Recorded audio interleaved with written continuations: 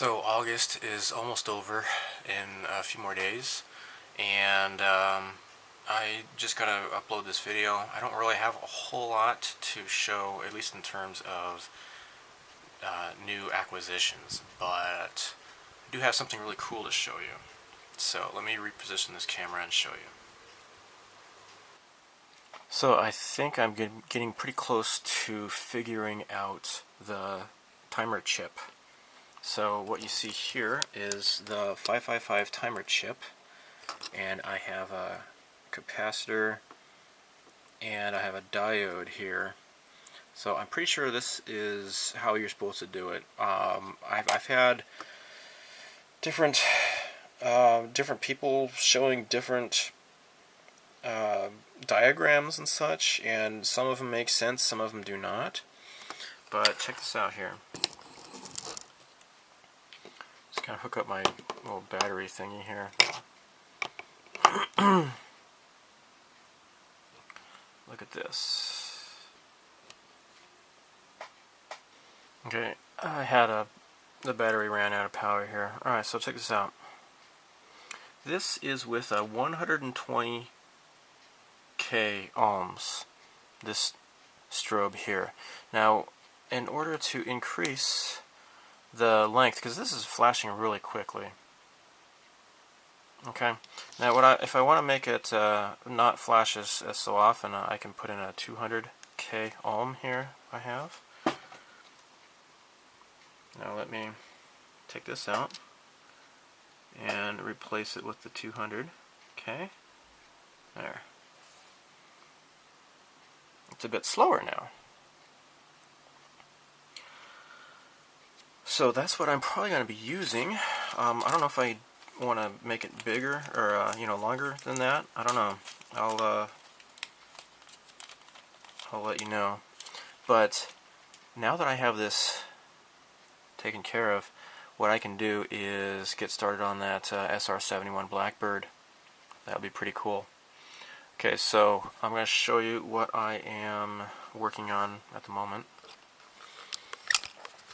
Here are a whole bunch of parts of, there's the Destroid there. I have that sealed down with a flat coat, or a semi-gloss I should say.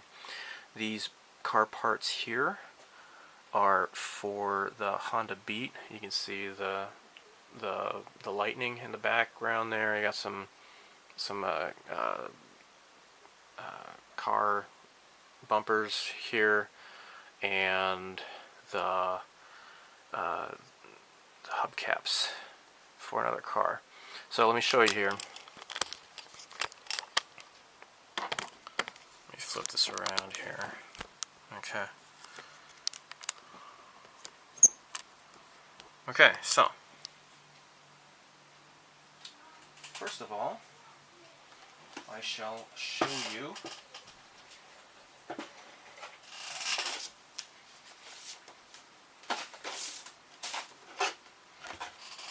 I have been working on this, and this is what it looks like now. I stripped it off. I had to redo everything, or I'm going to have to redo everything. This is no good. I'm going to learn how to use bare metal foil to do the chrome instead of trying to paint it, because even though I had masked this off, it didn't really work the way I wanted it to. I had some leak, and then I just by handling it, I had rubbed off some of the chrome on there, and I'm not happy about that at all. So yeah, you're going to see an update on that really soon. The other car that I'm working on is, gosh, I have so much crap all over the floor here. Oh yeah, here it is. I've resumed working on this, and you're going to see a video on this real soon. I started this a year ago, like in June, and you're going to see finally a video 2 pretty soon. I've resurrected this for the Styrene Syndicate's Shelf Queens group build. So I'm going to be doing that. Got these nice decals here. These are pretty cool. Let me see here. I haven't really touched the vinyl kits, the figures, in quite a while, but here you go. I'm going to be maybe starting working on this pretty soon. And I have started working on this. This is going to be really cool. It's a 148 scale F8E Crusader, and I'm going to be lighting this. I am really addicted to lighting stuff, so I'm not going to go overboard and light everything that I'm working on, but this, because of its scale, this would be perfect for lighting up, especially because it has clear parts. Now, something else I'm working on is a Macross Valkyrie, and it is the Imai kit that was repopped by Bandai.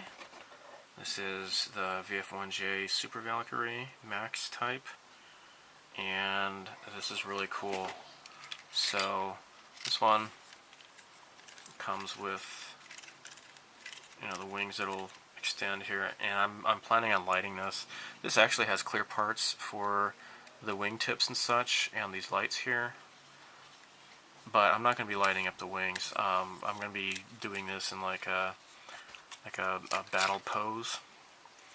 So this is a Gerwalk, and it has that really cool, you know, in between Gerwalk and fighter mode, where the legs are swept forward, but instead you have like the gun pod is, you know, nestled up in the back there.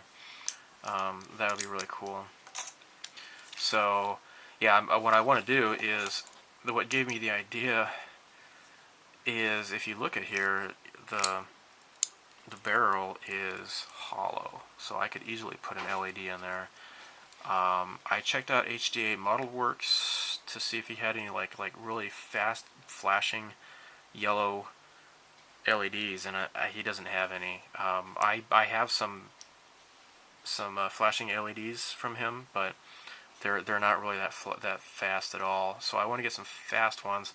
I ordered from Lighthouse LEDs instead.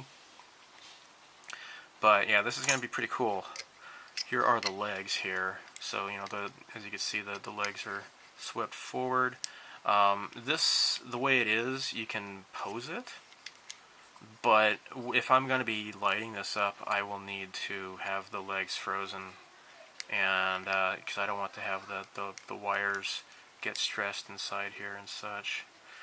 So in order to light up the feet here, you know, the fast pack, this is going to be super easy to light up with the jets here. Just put some LEDs in there. It'll be really easy. Actually, I got it upside down. It goes like that. So yeah, the thruster cans, just drill holes into them. That'll be super easy. For the legs though, you got this, let me find it here for you. The bottoms of the feet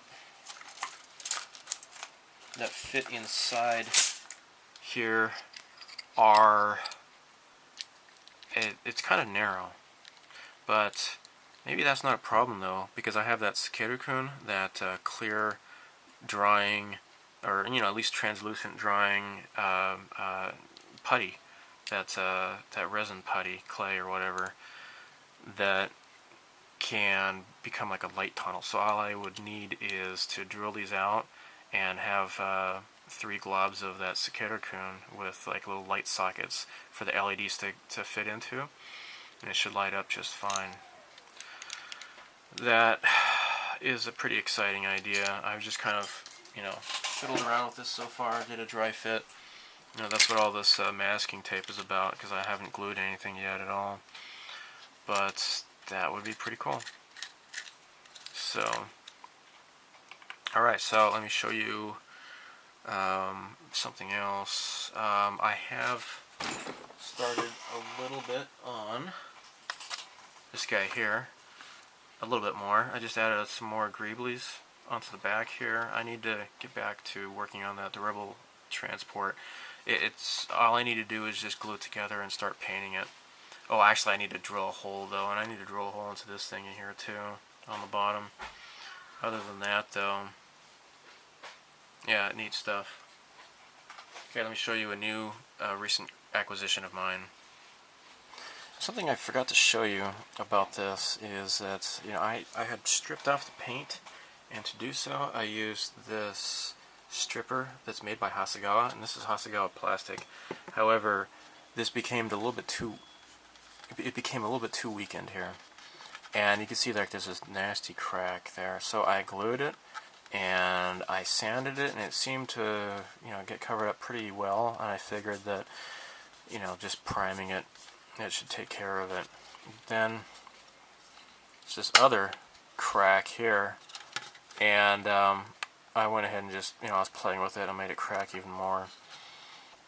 So I don't want to keep doing like a whack-a-mole approach to this, and, you know, hoping that there won't be another crack that shows up.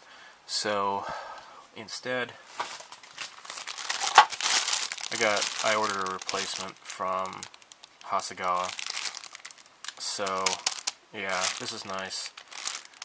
One of the benefits of living in Japan is that I can order this stuff easily. So I have done some parts replacement as favors for people, and while, you know, I don't mind doing that, I do have some problems with where people live. Like, there was a guy in Argentina who had contacted me. He wanted to buy the DeLorean photo etch set off of me.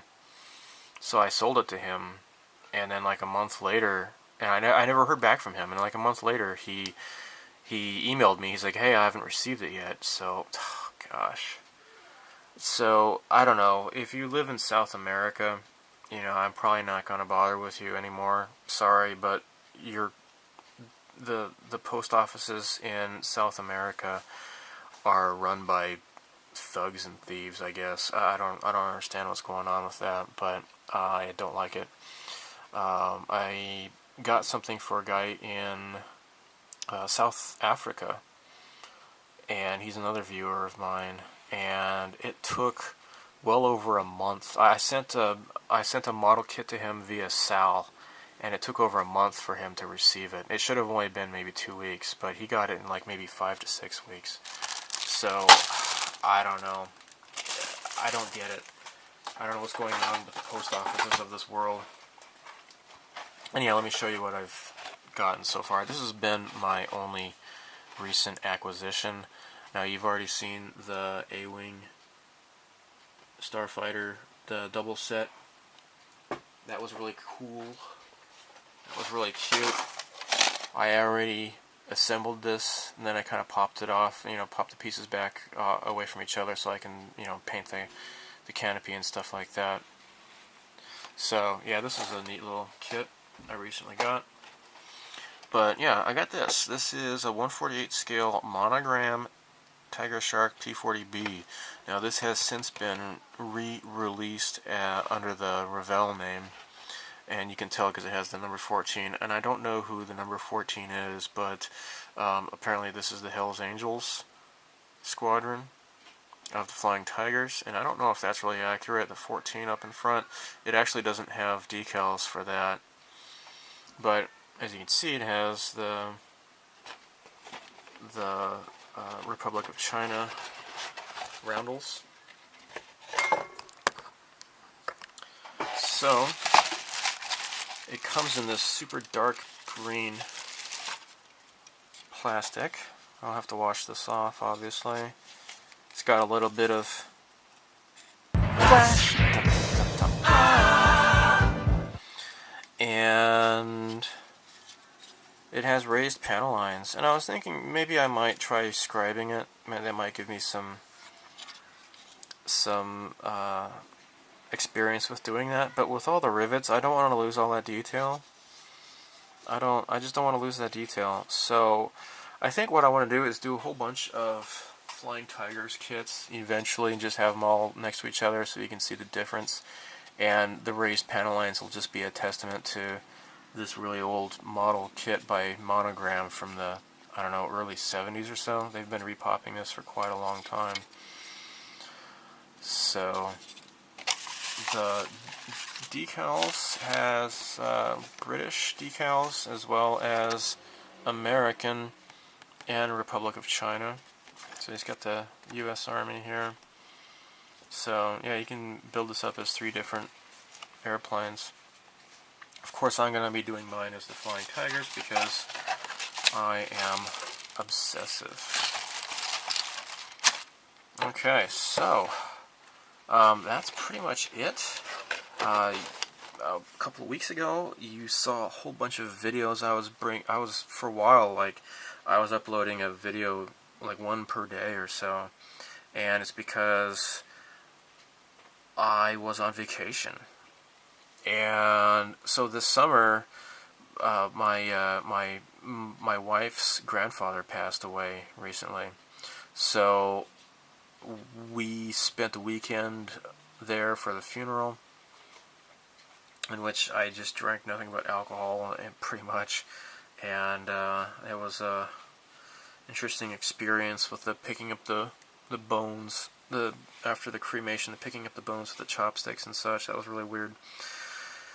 And so the very next weekend that we went back, and it was Obon, which is the big, you know, kind of like a 5-day long holiday, although you don't really typically get it as an official day off, but they do have a mountain day, which pretty much correlates around the Obon. So we went up there to the in-laws' place for a 4-day weekend, and I brought a bunch of models with me, and I got a whole bunch of stuff done, and that's when I was working on those Y-wings and such. So yeah, that was pretty fun. So I will try to get back to the R-Type kit. I want to get that completed because it's almost done. But I'm also starting on all sorts of different new projects as well. Of course, because I'm a spaz, and I just get excited and I just start touching other stuff. But, you know, eventually I do want to complete, like, for example, the Back to the Future DeLorean and such. So, okay, so let's talk about some other stuff now. Okay, so in other news, I am planning to hopefully attend the All Japan Model Hobby Show in September, and that is going to be coming up in a month from now, the last weekend of September. And yeah, tentatively I plan to go. I'm not sure if I will like book a hotel or if I will just go there and back in one day, but I'm really hoping I can do that. And where I live now is actually closer to Tokyo than where I was before in Shizuoka Prefecture. I live in Gunma Prefecture now. And yeah, I can take an easy train ride to get down to Tokyo. So that'll be exciting. And I want to make an announcement. So I have a friend of mine who is a former Aoshima employee, and he has started his own model company called Rocket Models. And so I'll put some stuff on the screen here for you. So the first line of models that he is planning to make is called Fist of War, and basically he's collaborating with a Chinese model company called Model Collect. Model Collect, they do a lot of 1/72 scale military type stuff. Okay, so Aoshima had done like a Model Collect collaboration project as well, and so I think that's how he got to know these guys. So he has this retro World War II / steampunk kind of a motif in this line of model kits called Fist of War. And basically, it uses pre-existing molds for World War II German tanks and other artillery and such, and they've been given legs, so it's kind of like a mechanized robotic kind of a thing going on here. You can see that there's the tank turret that is pre-existing tooling by Model Collect, and then the body and legs and such, that will be an all new tooling. Okay, so you're going to see like a walking king tiger and stuff like that. It's going to be pretty cool. And unlike Aoshima, he is planning to get this stuff done, and he's already announced a release date, and he expects it to be released on time, unlike Aoshima. So this is set to be on the market in end of October, and I will hopefully be able to show pictures of the prototypes when I go to the model show in September. And I also do intend to get some of these models for myself, so I can feature it on my channel. Not really sure who would be picking it up for distribution, at least in North America or whatever, but I'm going to hopefully help out with that as best I can. So in other news, September, the only thing I'm really looking forward to is hopefully I get to see Dunkirk. That movie came out a while back in North America, and it's finally going to be released in Japan in September. And that is, if I go see it, that'll be the first movie I'll have seen in a movie theater this year. I have not had any inclination to go see any other movies. I was kind of excited about this Spider-Man movie, but with this whole preachy crap, I don't know. I've already heard about how this movie, the Spider-Man movie, is they go on this tirade about how they always have to insert this social conditioning, this social justice warrior conditioning thing. But there's a scene where they're going to go to the Washington Monument, and they have some black people that insist that it was built by slaves, which is inconclusive at best. And when I heard about that, I'm like, dude, even if it was built by slaves, so are so much in this world. The Colosseum in Rome was built by slaves. The Egyptian pyramids were probably built by slaves. It's just, stupid. And it kind of it goes hand in hand with this whole, these statues that all of a sudden people are focusing on just because this Russian collusion narrative has been shot down. Was there collusion? Absolutely. Trump, Russia, possible collusion. Trump, Russia, possible collusion. Trump, Russia, possible collusion. Trump, Russia, possible collusion. Trump, Russia, possible collusion. Trump, Russia, possible collusion. So yeah, now that this whole Russian thing is becoming a laughing stock, then they've moved on to other stuff, and I'll get to that later. So anyhow, the other thing is that they've turned Mary Jane into, I understand maybe she's African American or whatever, I guess. I haven't really paid much attention to it, and the Mary Jane from those other movies that came out 17 years ago, played by Kristen Dunst. She dyed her hair red so that she can actually resemble the comic book character. I don't want to see people switching ethnicities just for the sake of it. It's stupid. The movie I can think of that the characters look exactly like they did in the comic book was Scott Pilgrim versus the World. They did such an amazing job. The only character that really seems out of place, the actor, is what's his name, Michael whatever. He played Scott Pilgrim in that movie, and he's the only one who doesn't look like the comic book characters. So, like with the whole Nick Fury thing, I never really thought that. I don't know. I was never really that familiar with the Nick Fury character, but in the movies, I know that he's not as badass as he should be. The only time that the Nick Fury character actually did anything was in Captain America 2: Civil War. I think Samuel L. Jackson is kind of wasted on that character, just like he was kind of wasted on the Star Wars prequel movies. I think he's a good actor, but just having him in the movies just to play like a token black guy is just kind of strange. And I go both ways with this. With the Avatar movie, they had opportunity to feature a strong cast of Asian characters, Asian actors that actually resemble the characters. They didn't do that. It was totally whitewashed and really disappointing. And as well as this the Ghost in the Shell movie, I'm not really interested in seeing that.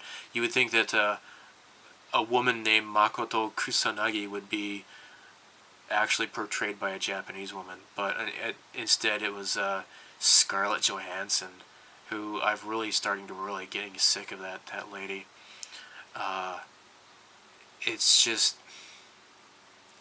whether it's whitewashing or as people would call it, or even blackwashing. I just want the comic book characters, the cartoon characters, to have actors that actually resemble them. And unfortunately, that's not happening. I just don't get that. The Wonder Woman movie seems to be fairly interesting, and I've heard it's not like a preachy SJW type of a thing, like that ridiculous Ghostbusters movie was last year. And that's good, because that movie really had potential. I'm talking about the Wonder Woman. It had potential to be really obnoxious, but from what I understand, that it's actually a pretty solid movie. And I'm not at all interested in the Batman or Superman movies at all these days, but the Wonder Woman movie seems to be pretty cool.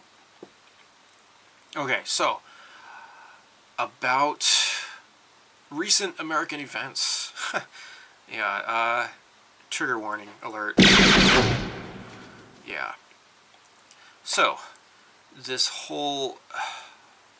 Well, first of all, it's kind of interesting to see Phoenix, Arizona in the news again, because since I'm from Arizona. And, yeah, so here is some footage that I recorded from CNN, who, as you may know, is the most trusted name in cable news. So, check out this clip of Trump's speech last week in Phoenix. Our movement is a movement built on love.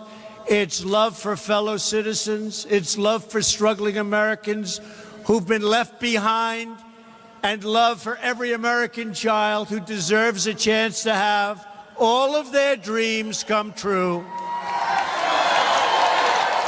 From the inner cities to the rural outposts, from the Sun Belt to the Rust Belt, from east to west and north to south, our movement is built on the conviction that every American from every background is entitled to a government that puts their needs first.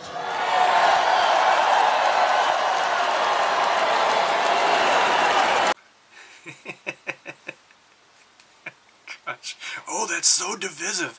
It's so evil. Oh, it sounds just like Hitler. So this whole thing is getting really out of hand. This whole Nazi thing, and of course, the Russian thing didn't work out. So they keep going for different angles, and it's ridiculous, because I am an immigrant. My wife was an immigrant to the United States, so I have firsthand experience with immigration both ways. And I have to say that Trump's immigration policies are not racist at all. Actually, his proposals recently that all of the moonbats are so shaken up and so furious about, that's closer to what they have in Japan. You can't just get a job in Japan. You can't even get a work visa, let alone like the equivalent of a green card, unless you have a 4-year degree. They want educated people to come to Japan. They don't just let anybody come in. And Japan is a better country because of it. Okay, it's funny how you hear these liberals who always, when they're talking about healthcare, they always want to, oh, look at Japan, look at Japan, look at Japan. But when it comes to immigration, they don't want to talk about Japan's immigration policies whatsoever. The healthcare, socialized healthcare works in Japan because it's not a society of litigation. People don't sue doctors all the time, and so that American culture prevents it from ever having any sort of successful socialized medicine. And it's come out recently that Obamacare, the only way they can get it to float is they were illegally raiding funds from Fannie and Freddie. So the type of stuff that's supposed to help homeowners, they're stealing all that money to give to the Obamacare thing. And it's stupid because that guy, what's his name, Gruber, he was laughing about how stupid Americans are, and that's how Obamacare, how they could pass it is just because of how stupid the American voters are. And then recently he got in trouble, and he got fired from whatever position he had for fraud. Obamacare is a fraud in itself. So, this whole what's the word, quixotic? Oh no, there's Nazis. Oh, white supremacists. Oh, it's ridiculous. So there's this whole thing in Charlottesville. The organizer, what's his name? Jason Kessler. Yeah, he was an Obamunist, and he was affiliated with the Occupy movement. Okay, that's a couple of red flags there, and all of a sudden he's like this white nationalist or whatever he's supposed to be called. So he grabs a bunch of fringe groups that nobody cares about or nobody really talks about except for these paranoid leftists. And so you get a bunch of these guys out there with they think they're so badass because they have some tiki torches they bought at Bed Bath and Beyond, and the stuff that they're doing, that they're chanting blood and soil and all that sort of stuff, that they had those exact type of things, those events in the Ukraine, where the United States government helped to set up an actual neo-Nazi fascist regime, and the Russians were actually fighting against it, and those are the people who the American government under Obama were supporting. Yeah, so you transplant that exact same type of behavior from the Ukraine to the United States, and that's where you get these assholes chanting these Nazi type of things, slogans and such. And also check it out for yourself. David Duke, the frickin' KKK guy, who nobody cares what he has to say except for Democrats or just other types of racists. He got a PhD in history from a university in the Ukraine. What's it called? It's a private university called the Inter-Regional Academy of Personnel Management in the Ukraine. Look it up on Wikipedia if you don't believe me. So, yeah, there's all these different loose ends that are, tied together. The whole thing was a setup. And, Terry McAuliffe, who was, the former head of the DNC, he's the governor there of that state, and the police had the orders to stand down. It was a total manufactured conflict. The people were genuine, but although then again I hear that there was some crowd hire type stuff, that they hired some people to I don't know how many, but yeah, you can hire a crowd to make inflate your numbers. It's pretty ridiculous. So this kind of stuff is just making me really glad that I don't live in America anymore. This whole utter contempt that the leftists have. The funny thing is that Trump, he campaigned on the same kind of stuff that Obama had campaigned on. The looking out for the middle class, try to protect the erosion of the middle class, to put an end to outsourcing jobs, putting an end to like NAFTA and stuff like that. The only difference is that Trump is actually following through on those promises, whereas Obama did nothing, or even did the exact opposite of his campaign promises. And the whole thing about building the wall, that was Hillary Clinton was speaking about that. It's funny. Trump just stole her idea. That was from like maybe like 17 or 20 years ago or whatever. I don't know if it was when she was senator or what, but I looked that up. Hillary Clinton, she wanted a wall with Mexico. So you get these assholes on CNN that are basically openly calling for violence towards Trump supporters and trying to lump everybody in as a bunch of Nazis, fascists. I don't think these people even know what Nazism is. And in fact, I have a guest over here right now. His name is Eddie, and he identifies himself as a Nazi. So let's have a little conversation with Eddie. So, Eddie, say hi to everybody. See, Kyle? Oh, okay. Yeah, well, I guess that's what you do, right? So you do identify yourself as a Nazi. Is that correct? Yes. And you identify yourself as a right-wing Nazi? Is that accurate? Yes. Okay. So, can you tell us about National Socialism and why that's good for us? Socialism? What? Well, that's like commie shit, right? Well, Eddie, I figured since you were a professed Nazi that you would know about National Socialism. Are you saying you don't know what that is? Well, socialism is like commie shit. I would never be a socialist. Oh, okay. So, what is a socialist to you? Well, that's like Bernie Sanders, and I don't like him because he's bad. Bernie's bad. He's a socialist. He's a commie. Okay. So, so here is an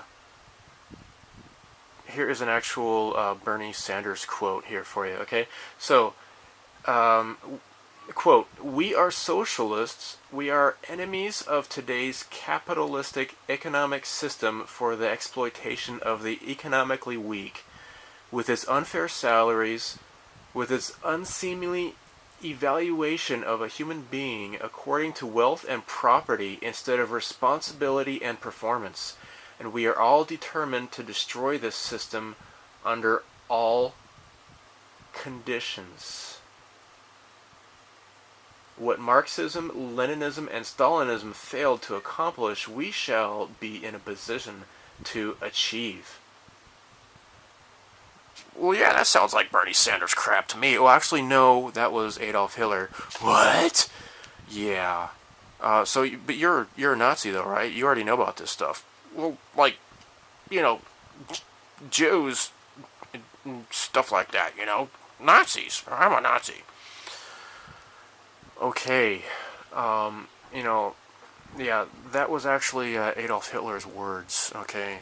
It wasn't Bernie's. So, you feel like you're feeling pretty stupid right now, don't you? It's a lie. It's all a lie.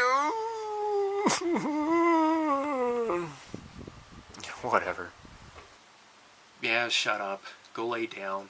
Take a nap. You'll probably feel better, you stupid turd copter. So, yeah, the whole thing about these people, they claim that they're Nazis, and they might claim that they're right wing, but they really don't even understand. And it's also making a lot of news with oh shoot, what's his name? Dinesh D'Souza. He's even come out with a book about how Nazism and fascism, that is on the left. It was not right wing at all. So yeah, I've mentioned this before. I was tempted to vote for Bernie Sanders because I figured that the stupid corporatist neocon Republicans, that there wouldn't be any of them who would actually stand up and put an end to stuff like TPP. And then finally there was that came along, and this guy is certainly, there's been a lot of things that I've not been happy with, but for the most part he's actually taken care of the country, and I want to see that kind of stuff happen here in Japan too. I want them to say Japan first. I want them to look after their own nation's best interests. And so that's basically what populism is. That word is really vilified a lot, but it is populism is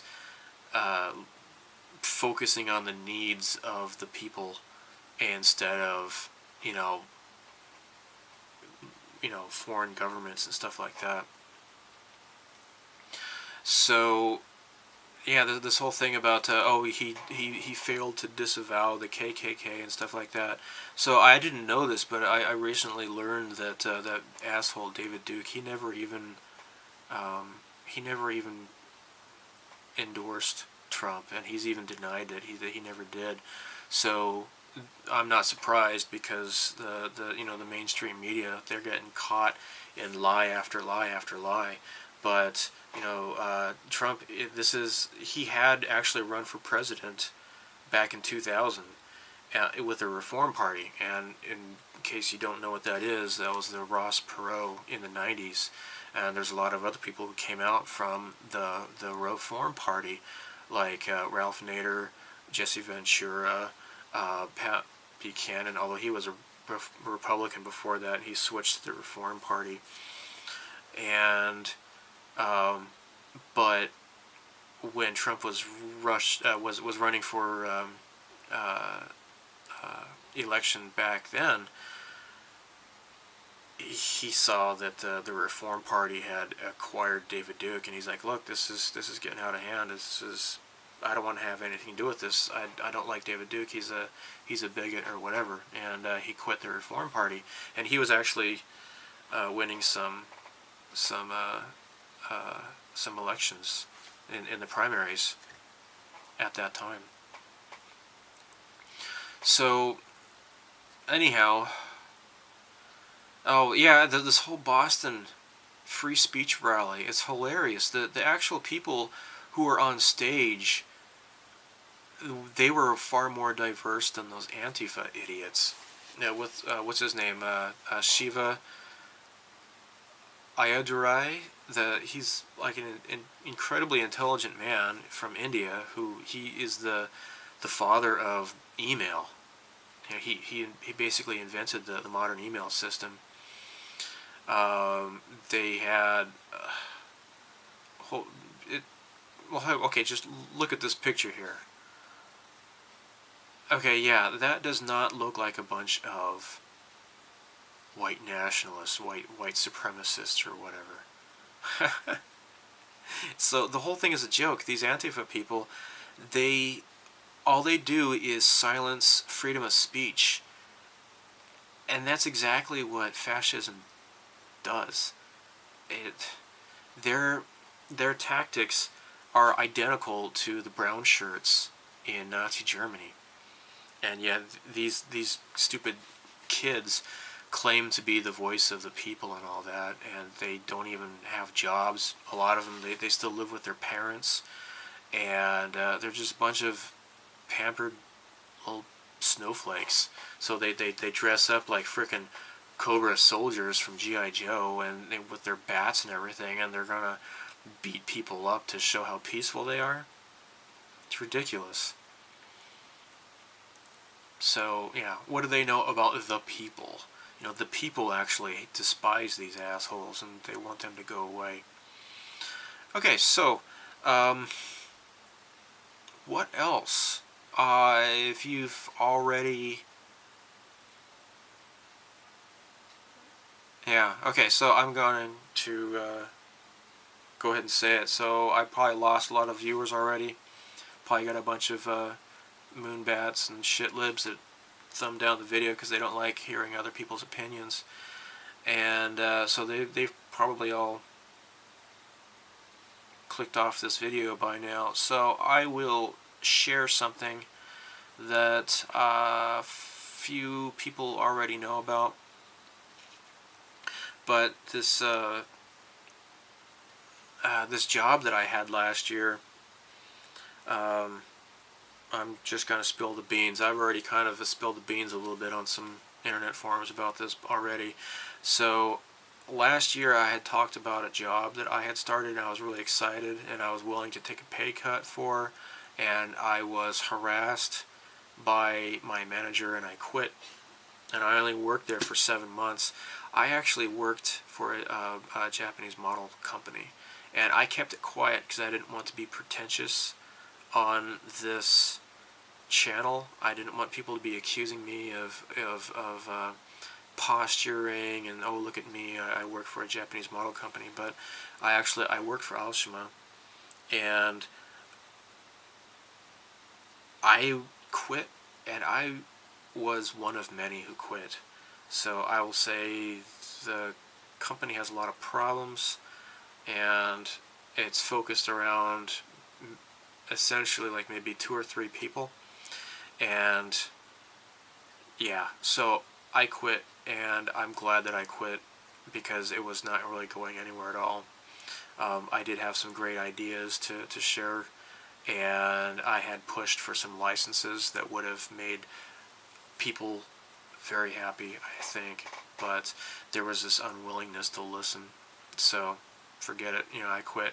But anyhow, that's how I got to know the guy who is starting up his own model company, and a bunch of other people too, so I don't regret it. It was an interesting experience, and because of that, I got away from that job where I was teaching in Shizuoka Prefecture. It was an okay job, but I have a better paying job now going back to teaching than I did. So if I hadn't had taken the Aoshima job, I would have probably stayed where I was and not done anything and not made extra money or whatever.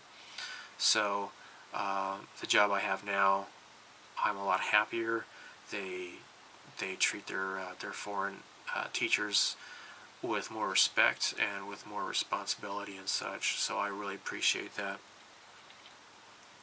So I think that's about it. I can't think of anything else to talk about, so yeah, I hope you understand my feelings on the whole Aoshima thing. That I don't know, it was fun, but I kept it quiet. And I did feature a whole lot of Aoshima kits on my channel during that time because I was getting freebies and such, and they're like, here, take this, do this. And so I kind of got burned out, and that's why I never touched the DeLorean and stuff. But as I showed you, I am getting back to Aoshima products again. I just whatever. It's a nice company. I like their models. I like it. I'm not going to say, oh, don't buy their stuff because I was treated like crap or whatever. Yeah, don't. I'm not going to say that. I will support them if they do good stuff. So, anyhow, this has been a long video, so thanks for watching so far. Live long and prosper. May the force be with you, and so long. Thanks for all the fish. Goodbye. I'm a guy. Thanks, everybody. Have price.